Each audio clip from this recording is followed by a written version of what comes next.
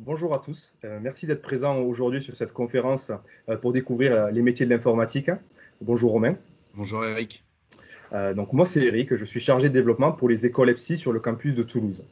Pour vous présenter donc rapidement notre école EPSI, l'EPSI est une école d'ingénierie informatique représentée au niveau national dans 12 villes. Notre école prépare les jeunes et les moins jeunes d'ailleurs au métier de l'informatique par le biais de blocs de compétences. Notre école dispense des formations de niveau bac à bac plus 5 via 3 cycles. Donc le parcours souple numérique pour le bac plus 1 et bac plus 2, le bachelor DevOps ou SysOps pour valider un bac plus 3, et enfin le cycle expertise en informatique pour valider un bac plus 5. Je vais laisser mon collègue Romain se présenter un peu plus en détail. Bonjour, je m'appelle Romain, j'ai 32 ans, j'ai une formation d'ingénieur en informatique. Depuis maintenant 10 ans, c'est mon métier, je travaille dans le développement web.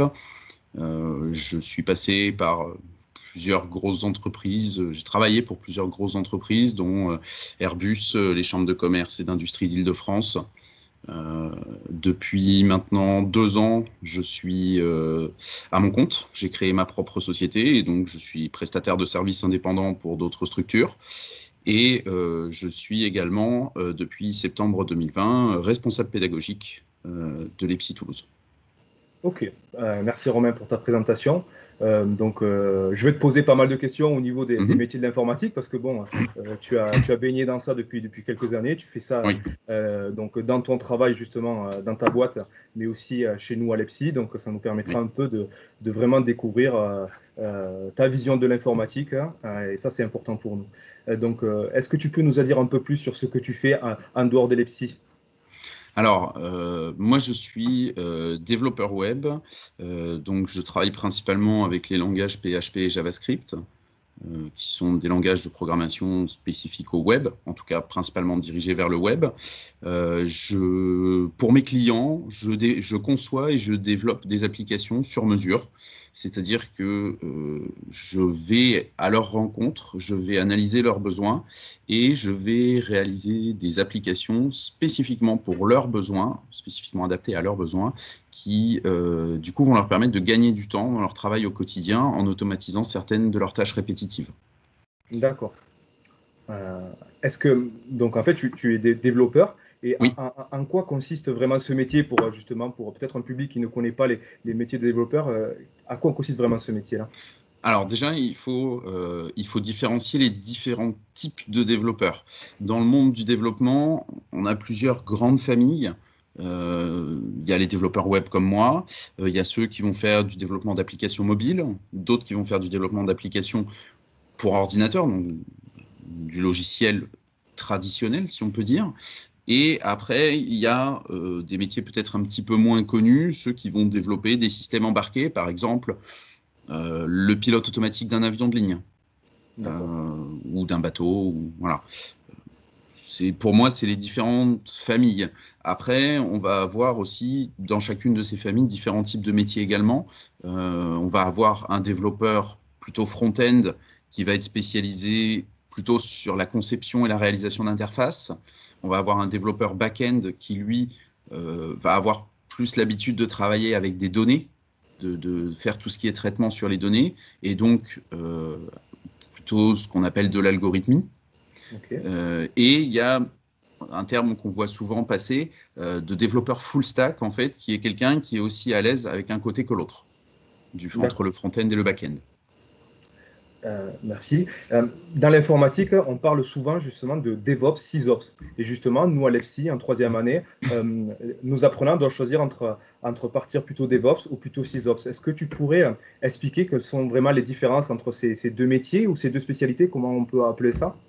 Alors, on pourrait appeler ça des spécialités. C'est en train de devenir des métiers à part entière. Il faut déjà comprendre l'origine du mot DevOps et SysOps, donc Dev pour développement, Sys pour système et Ops pour operations, donc opération.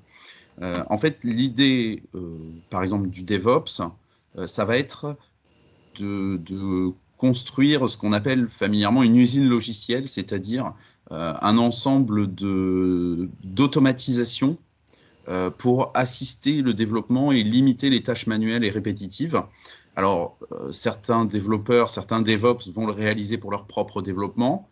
d'autres vont le faire pour l'ensemble d'une équipe. C'est quelque chose qui est apparu dans les 5 à 10 dernières années, en fait, cette notion d'automatisation plus poussée que ce qu'on avait l'habitude de faire.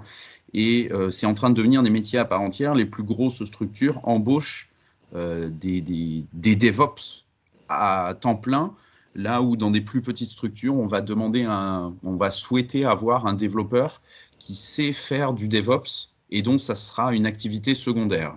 Et en fait, ce qu'on a pour le développement, on l'a également pour l'administration système et réseau, où là, on appellera ça des SysOps, dont le rôle va être d'essayer d'automatiser certaines tâches de configuration et d'administration système et réseau. D'accord. On développe des scripts pour automatiser certaines tâches répétitives.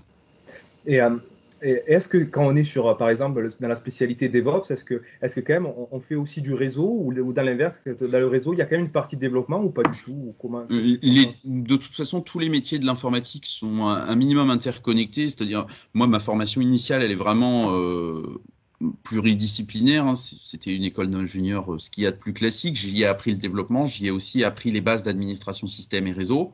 La plupart des formations vont être axées ou d'un côté ou de l'autre, plutôt développement ou plutôt administration système réseau, mais on va toujours avoir un aperçu de ce qui se passe de l'autre côté de la barrière. Tous les développeurs vont avoir des bases dans l'administration système et réseau, et tous les administrateurs système réseau vont avoir des bases de développement. C'est vraiment essentiel pour être capable d'interagir au sein d'une équipe, au sein d'un département informatique. Ok, très bien. Pour un peu revenir à toi et à ton parcours, est-ce que tu pourrais me citer un projet, justement, des projets qui t'a le plus marqué et qui représente vraiment ce que tu aimes ou ce qui représente vraiment l'informatique? Alors, je pense que c'est le projet qui m'a le plus marqué, c'est aussi celui qui représente la moitié de ma carrière jusqu'ici. Quand je suis sorti d'école d'ingénieur, j'ai été embauché par une grosse ESN toulousaine pour aller travailler chez Airbus, ce qui en soi, sur l'agglomération toulousaine, n'a rien d'exceptionnel, mais pour moi qui arrivais de ma campagne, c'était quand même ça avait, je trouvais, un certain prestige. Et en fait, pendant 5 ans, en fait, on a travaillé sur un projet de capitalisation de connaissances, de base de connaissances, en fait, où le contexte, c'est que dans le développement d'un nouvel avion, chaque équipe qui s'occupe des différentes parties de l'avion dans sa conception puisse partager ces informations pour les autres équipes pour faciliter leur interaction entre elles. Et ça a évolué au fil des années, au-delà de la base de connaissances, et on a fini par développer des applications pour remplacer les fichiers Excel qui étaient utilisés pour la gestion interne de chacune des équipes. Et c'est vrai que pour moi, ça a été très formateur, puisque j'avais, en sortant des études, à part quelques stages, j'avais une vision assez limitée du monde du travail, et d'arriver tout de suite sur un projet énorme et de savoir l'impact que ça a eu derrière, l'impact qu'a eu mon travail, c'est vrai que ça a été très formateur pour moi, et je pense que c'est pour ça encore qu'encore aujourd'hui, voilà, la majorité des missions que j'ai sont sur ce type d'application. En fait, je vais analyser un besoin et je vais y répondre au plus près en faisant du sur-mesure pour chacun de mes clients. D'accord. Et dans ce projet-là, justement, est-ce que c'est du travail en équipe? Est-ce que c'est plutôt du travail individuel? Comment ça s'organise un peu tout ça? Tout développeur, à un moment ou à un autre, va faire du travail individuel et va faire du travail en équipe. C'est très rare de travailler à 100% seul, comme c'est très rare de travailler à 100% en équipe. Quand on travaille en équipe, de toute façon, en fait, on va toujours dispatcher les tâches et chacun va travailler sur un morceau, puis à un moment, on va mettre en commun. C'est pas, enfin, voilà. Moi, après, j'ai fait le choix aujourd'hui de travailler tout seul, mais voilà, c'est pas, je travaille quand même avec d'autres personnes. Certes, ce sont mes clients, mais je vois pas ça. J'ai plus une relation, voilà, comme si on travaillait ensemble. On a tout à gagner l'un de l'autre, donc voilà, pour moi, on travaille tous en équipe à un moment ou à un autre. D'accord, bon, c'est très bien ça. Donc en fait, on a le choix selon aussi de pouvoir travailler seul ou Oui, travailler en équipe oui, bien et pour sûr, s'adapter toujours. aussi à toutes les situations. Oui. Euh, Encore pour te poser une question sur ton parcours, est-ce que tu peux me dire pourquoi justement tu t'es dirigé vers les métiers de l'informatique quand tu étais plus jeune? C'était totalement par passion, c'est-à-dire que J'y connaissais rien, et puis à un moment, j'ai découvert l'informatique. Hein, donc là, on est sur la fin des années 90, hein, quand même, un petit peu, donc ça commence un petit peu à faire. Et voilà, le fait d'avoir un ordinateur personnel commençait à devenir la norme. Et le jour où mes parents ont acheté un ordinateur pour la maison, ça a été une vraie révélation. Et j'ai commencé à creuser de plus en plus jusqu'à ce que je découvre la programmation au lycée. Et en fait, derrière, j'ai su que voilà, c'était la carrière la plus adaptée pour moi. D'accord, donc ce que tu essaies de nous dire, c'est que vraiment l'informatique, c'est vraiment un métier passion, quoi. Il faut vraiment vivre ça, être passionné par l'informatique quand même, ou... Ouais, ça aide vachement. D'accord, Comme beaucoup de métiers, hein, quand je compare aux artisans, par exemple, la plupart des artisans, ils vont faire ça par passion, parce qu'ils aiment construire ou ils aiment fabriquer quelque chose de leurs mains. C'est une passion pour eux, mais ça peut aussi ne pas être une passion et quand même être un métier tout à fait acceptable. Mais ok. beaucoup de développeurs que je connais le sont par passion, oui. Et pour des jeunes, justement, qui hésitent à se lancer dans l'informatique en se disant, je suis peut-être pas fait pour les études, j'ai peur de ne pas y arriver, mais par contre, finalement, chez eux, ils sont hyper passionnés par l'informatique, donc ils peuvent y arriver Bien avec sûr, cette... bien D'accord. sûr. C'est un petit peu, on peut voir, je pense qu'on peut, en tout cas le développement, on peut voir ça un petit peu comme une sorte d'artisanat. On apprend la théorie à l'école, et puis après, derrière, on pratique dans le monde réel et on s'améliore au fil du temps, au fil des années, au fil des projets. Et on apprend des nouvelles choses, et puis on va quelquefois se respécialiser, on va changer un petit peu de carrière, on va y revenir, on va pouvoir faire. Le champ des possibles est assez grand là-dessus, on peut faire un petit peu ce qu'on veut. Et il y a tellement de besoins aujourd'hui sur le marché du travail que euh, je pense que les développeurs aujourd'hui sont dans une situation assez privilégiée sur le marché du travail français. Ok, très bien. Et alors nous, à l'EPSI, à partir de la troisième année, donc comme je l'ai dit tout à l'heure, on propose une spécialité DevOps ou SysOps. Sur la Mhm. quatrième année, on propose aussi de se spécialiser encore plus sur de la cybersécurité ou de la big data. Ça prouve bien que dans l'informatique, il y a énormément de choses à faire. Bien sûr. Et ça, enfin, ça ne cesse d'évoluer. C'est vraiment, ça change tout le temps. Il y a les mots dont tu parlais à l'instant, big data, cybersécurité, c'est quelque chose qui n'existait pas vraiment il y a 5 ans. C'est des métiers qui sont très récents, c'est des métiers émergents. On traite aujourd'hui beaucoup plus d'informations en une journée qu'on traitait en 6 mois il y a quelques années. Donc, il faut des métiers spécialisés pour le traitement de gros volumes d'informations. À côté de ça, on est aussi de plus en plus attaqué par des virus, par des ransomware, des malwares. Donc, il faut aussi des métiers dans la cybersécurité pour que les entreprises puissent se défendre contre ces attaques. Voilà, l'intelligence artificielle, c'était un rêve il y a 10 ans, c'est une réalité presque aujourd'hui. On n'y est pas encore tout à fait sur de la vraie intelligence artificielle, mais on s'en rapproche de plus en plus. C'est voilà, la robotique, ça évolue à une vitesse hallucinante. Ok, donc ça veut dire que vraiment quelqu'un qui rentre dans l'informatique, il pourra Oui, changer constamment, découvrir des oui. choses constamment, et Ah ça oui, c'est important. complètement. Ok, Ah oui, oui, complètement. C'est un métier qui peut pas être statique. d'accord, très bien. Euh, Actuellement, on vit quand même une période assez difficile, Ouais. notamment à cause du virus, du Covid. Il y a des secteurs qui souffrent terriblement. Euh, pour toi, qu'est-ce que tu pourrais dire à un jeune qui hésite encore à se lancer dans l'informatique et qui se dit, est-ce qu'il va y avoir de l'emploi? Est-ce que c'est un métier d'avenir? Est-ce que ce secteur souffre? Qu'est-ce que tu pourrais répondre à ça, toi? Pour moi, aujourd'hui, quelqu'un qui sort avec une formation en informatique, bac+3 ou encore mieux bac+5, s'il ne trouve pas de travail, c'est parce qu'il y a un souci quelque part, parce peut-être qu'il ne cherche pas. Parce que aujourd'hui, je connais pas un seul développeur au chômage. On a beau, voilà, on a beau avoir un petit peu une crise de l'emploi à cause de la situation sanitaire. Quand on travaille dans l'informatique, on a la chance de pouvoir travailler de n'importe où. J'en connais plein qui sont sur la région toulousaine, mais qui travaillent avec la Pologne, avec l'Angleterre, avec les États-Unis, sans quitter le confort de leur maison, sans s'exposer au virus dehors. Il y en a qui travaillent depuis un van et qui font le tour du monde pendant qu'ils travaillent. comme je disais tout à l'heure, hein, pour moi, on a presque un statut de privilégié parce que c'est un métier qui connaît pas la crise actuellement et qui, je pense, ne la connaîtra jamais vraiment. D'accord. Bon, c'est super d'entendre ça en tout cas. J'espère. Bon, quand même, c'est souvent une question qu'on nous pose, hein.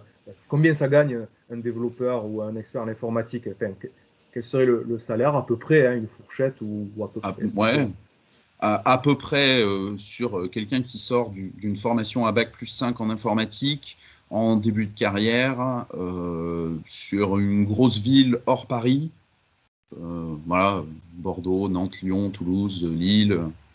On va être sur un début de carrière légèrement en dessous des 2000 € net par mois, moitié plus, donc plutôt vers les 3000 € après 10-15 ans de carrière. Et en région parisienne, on va être à 10-20% de plus que ça. Donc un début de carrière un petit peu au-dessus de 2000, et puis après 10-15 ans d'expertise technique, voilà, d'expérience professionnelle surtout. Voilà, on va aller vers 3500-4000 €. D'accord. Voilà, c'est des métiers qui payent plutôt bien, et plus l'expertise technique est élevée, plus le salaire est élevé en conséquence. D'accord. Et justement, tu as parlé donc d'évolution. Qu'est-ce que tu pourrais dire sur l'évolution de carrière dans les métiers de l'informatique? Bah, globalement, quand on sort avec une formation plutôt orientée technique, voilà, comme ça peut être le cas à l'EPSI ou dans d'autres écoles, généralement, on va faire quelques années minimum en tant que développeur, histoire de se faire un petit peu la main. Il faut acquérir un petit peu d'expérience. Après, globalement, il y a 3 chemins qui se présentent à un développeur un petit peu expérimenté. Soit de persévérer sur l'aspect technique des choses et vraiment d'acquérir une expertise sur son métier. Soit de passer plutôt sur des fonctions d'encadrement et donc du coup voilà, de gérer des équipes, de gérer des projets, soit plutôt de vendre ce dont il a la connaissance et donc passer plutôt sur l'aspect commercial. C'est un petit peu plus rare. Généralement, les développeurs ont tendance à préférer rester plus ou moins proche de la technique, c'est-à-dire rester sur l'expertise ou éventuellement sur le management de projet et management d'équipe, mais il y en a quand même une certaine portion qui se dirige aussi vers l'aspect commercial, et donc voilà, leur bagage technique leur apporte de la crédibilité face à leurs clients, puisqu'ils savent exactement comment est fait ce qu'ils vendent. D'accord. Et comme tu l'as dit donc, au début de ta présentation, tu travailles dans ton entreprise, mais tu Oui, donnes aussi des cours oui, tout à à l'EPSI fait. Toulouse. Quel est ton premier ressenti justement sur cette formation et quels sont pour toi peut-être les points forts des apprenants ou qu'est-ce qui pourrait les différencier? Voilà, quel serait ton premier ressenti sur la formation et la qualité de nos apprenants?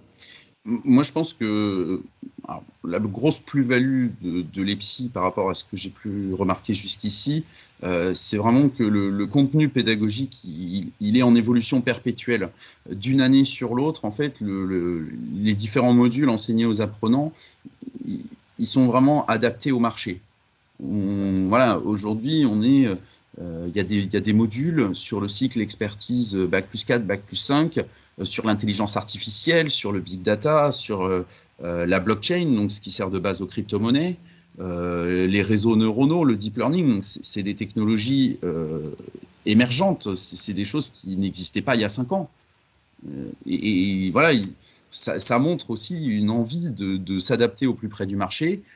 Ça, et le fait d'avoir des intervenants voilà, qui à côté pratiquent le métier qu'ils enseignent.